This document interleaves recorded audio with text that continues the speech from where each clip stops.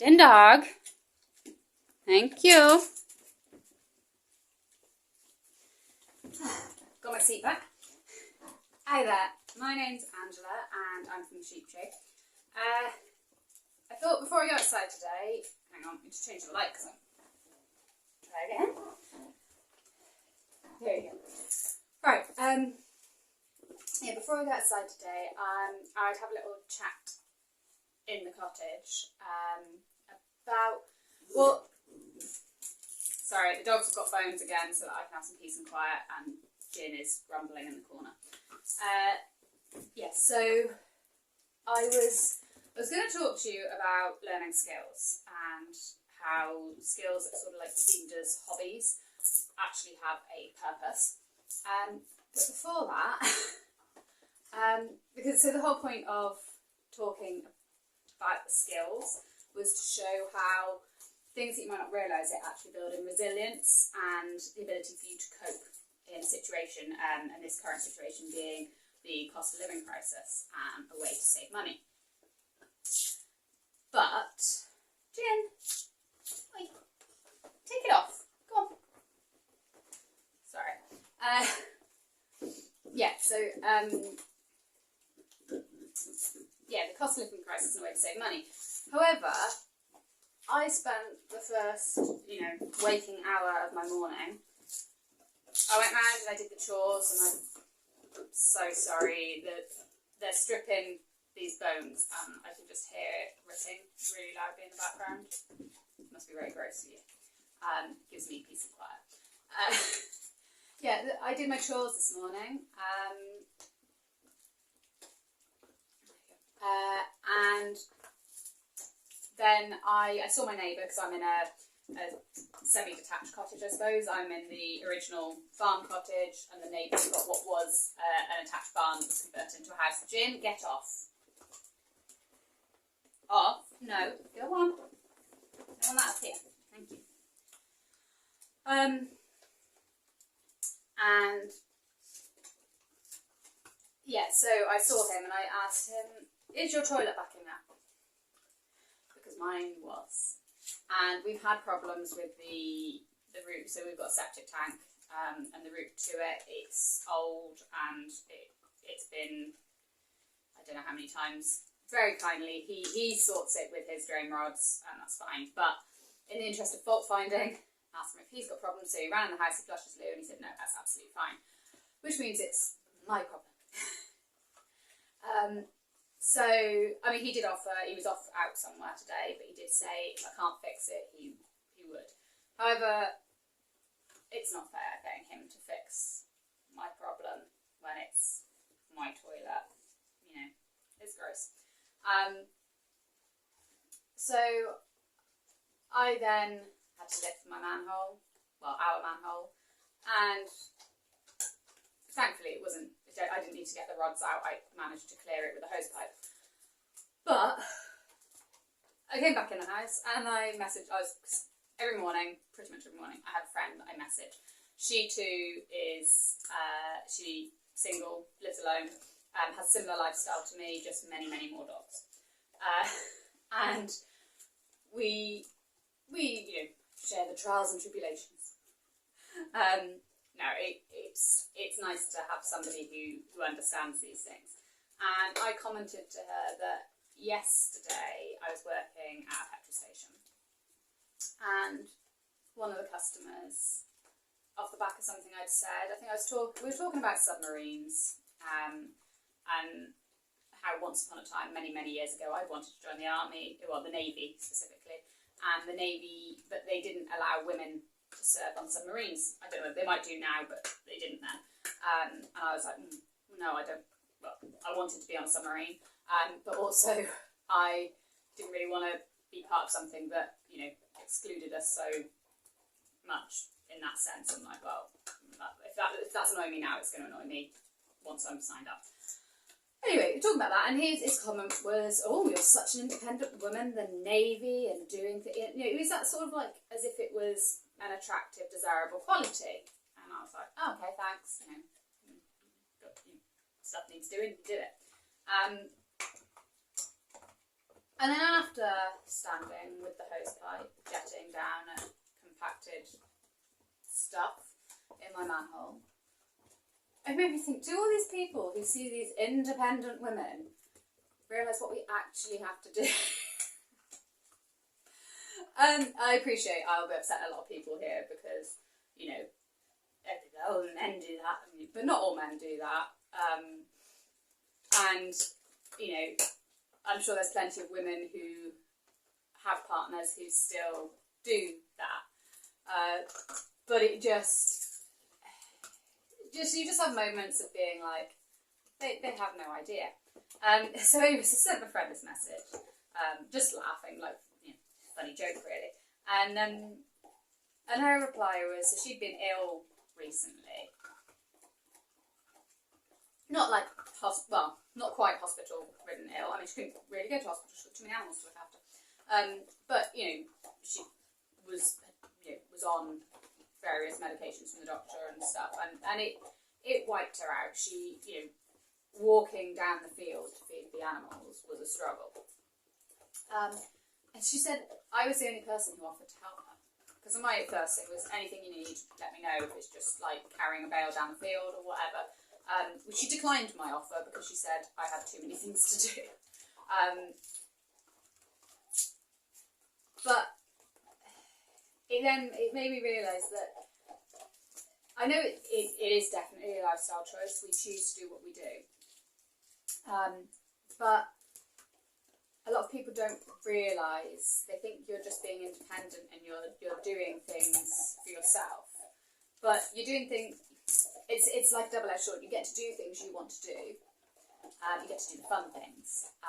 But there's nobody there to help you when you've got to, you know, get a sheep that's died at the other end of the field. Because if you've got a sick sheep and they're thinking about dying, they won't come up to the yard. They go down the other end of the field, and you've got to deal with that by yourself. And it's always at those moments that you think, oh, like independent woman or independent person, but there's nobody else there. And it's like the simple things of this morning. I couldn't come in the house knowing that there'd be a cup of coffee made for me, or you know, or that the dogs would be fed. You are responsible for everything, which is excellent because you've got control of everything in the sense that you know you don't have to ask, have the dogs been fed, or the dogs don't get missed, you know. But it was just, I knew, and so I was going outside to feed around the animals, to come back inside, to then do a video on learning skills to build resilience. And there was a skill that I didn't even realise I'd learned, which was the ability to go, my drains are backing up, I need to fix that, how do I fix it, and then fix it. I didn't, you know, it's just that sort of, that's actually another thing I can do. I can clear my own drains if I need to, which is another layer of resilience in an odd way. Well, it is, because there are plenty of people who, if their drain was backing up like that, they would have called a plumber out to then run a hose pipe through their drain, you know, into their drain. But yeah, no, it just made me think. Anyway, I'll stop waffling on about that, and I'll start waffling on about what I was actually going to talk about. Just going to drink a bit of coffee first. Right, now what I was actually planning on opening this video with was, hang on, just count this.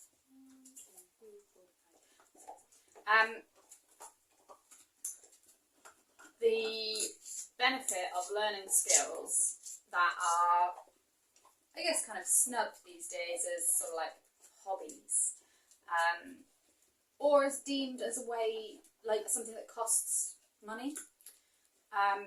Now, right now I'm crocheting, but the first thing I actually learned was knitting. This is with yarn, and she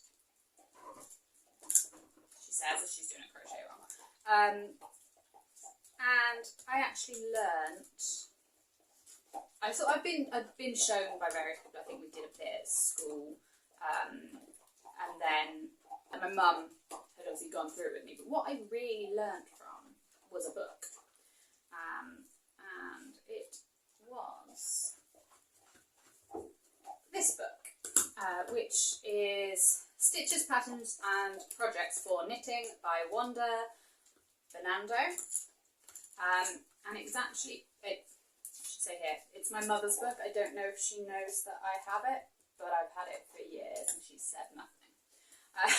So it was actually published, first published in Great Britain in 1984.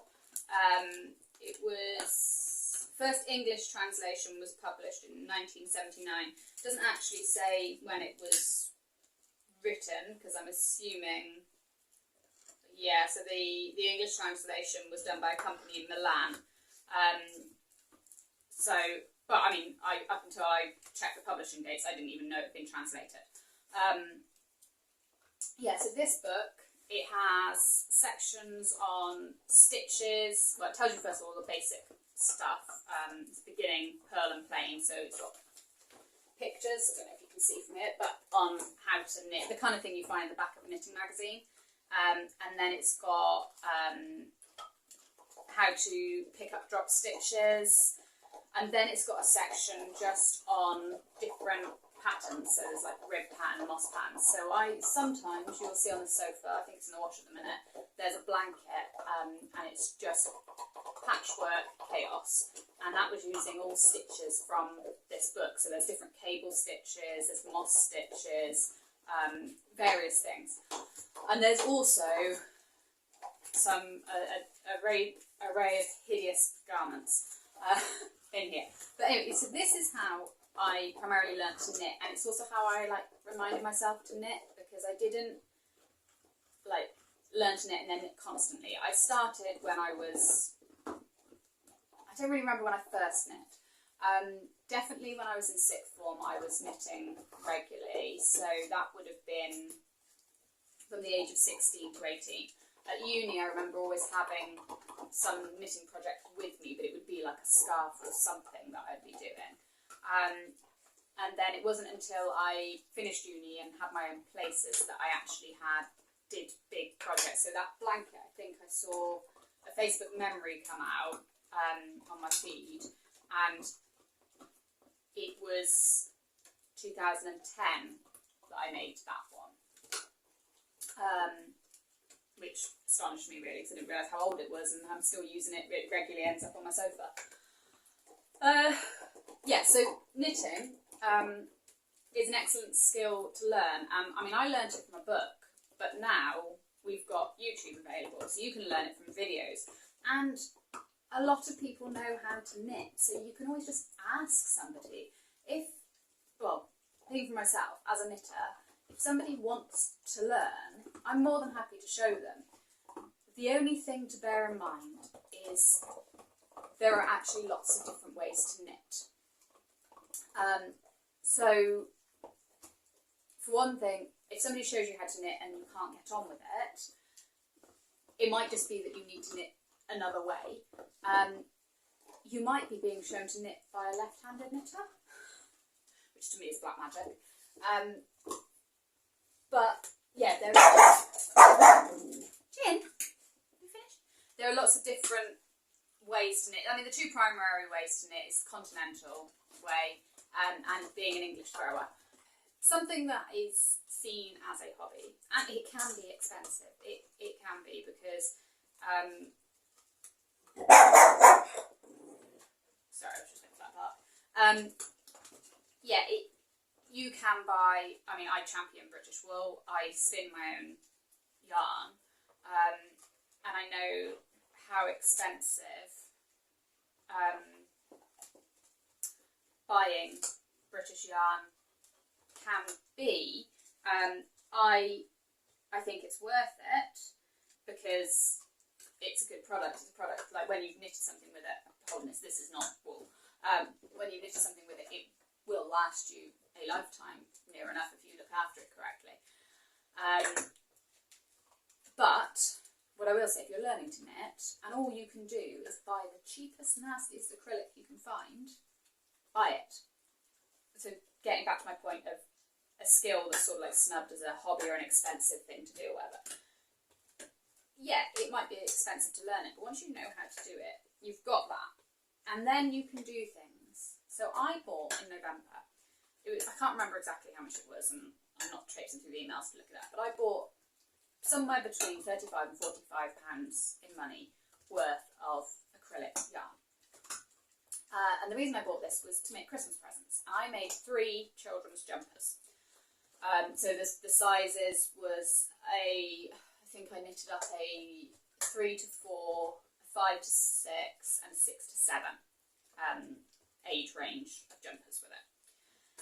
And then I had some yarn left over. And with that leftover yarn, I made this jumper. So far, out of 35 to 40, so we'll just call it £40. £40 in money, I made 3 children's jumpers and 1 adult jumper. And now I'm making a shawl or a blanket or whatever it comes to with what's left. So I learnt as a hobby how to knit and crochet. And as a result of that, when times are tight and we haven't got much money or things cost a lot, which is more the case right now, things do cost a lot, I was able to make 3 Christmas presents, which are functional, useful, and myself an item of clothing. Unfortunately, because I don't buy jumpers, I don't really know how much something like this would cost. I mean, yes, okay, it's a bit bright, it's a bit stripy, but I had oddments left over, so I had to use all the leftovers, so I made a stripy jumper. And then I'm going to be able to make a shawl. Hi, Bex. You done? Make a shawl. Do you need to interrupt constantly? No. Yeah, so I'll be able to make a shawl or a throw, and as you can see, I've always got some kind of throw on the sofa. So actually, learning what you think is just a fun hobby will probably have a purpose. So if you feel like starting a hobby, and learning something new and how to make something new, then just do it, because you don't know how good you'll get at it or what other skills you'll pick up from doing it.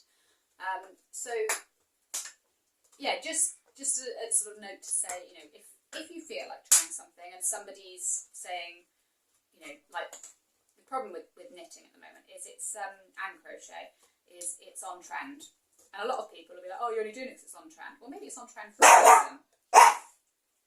You right there, Jim? Yeah, maybe it's on trend for a reason. Maybe people have worked out, because I mean everybody used to knit and crochet all the time, you know, and if it's something you enjoy, then why not do it? So yeah, that's my note there. I think, I'm not sure how long this video is going to be. I was planning on this being an introduction to my video that I'm going to continue outside, but I have waffled on for a long time, so I think they'll probably call this a video in itself, and I will see you in the next video when I'm out in the garden cleaning my greenhouses. Thank you for listening, and bye.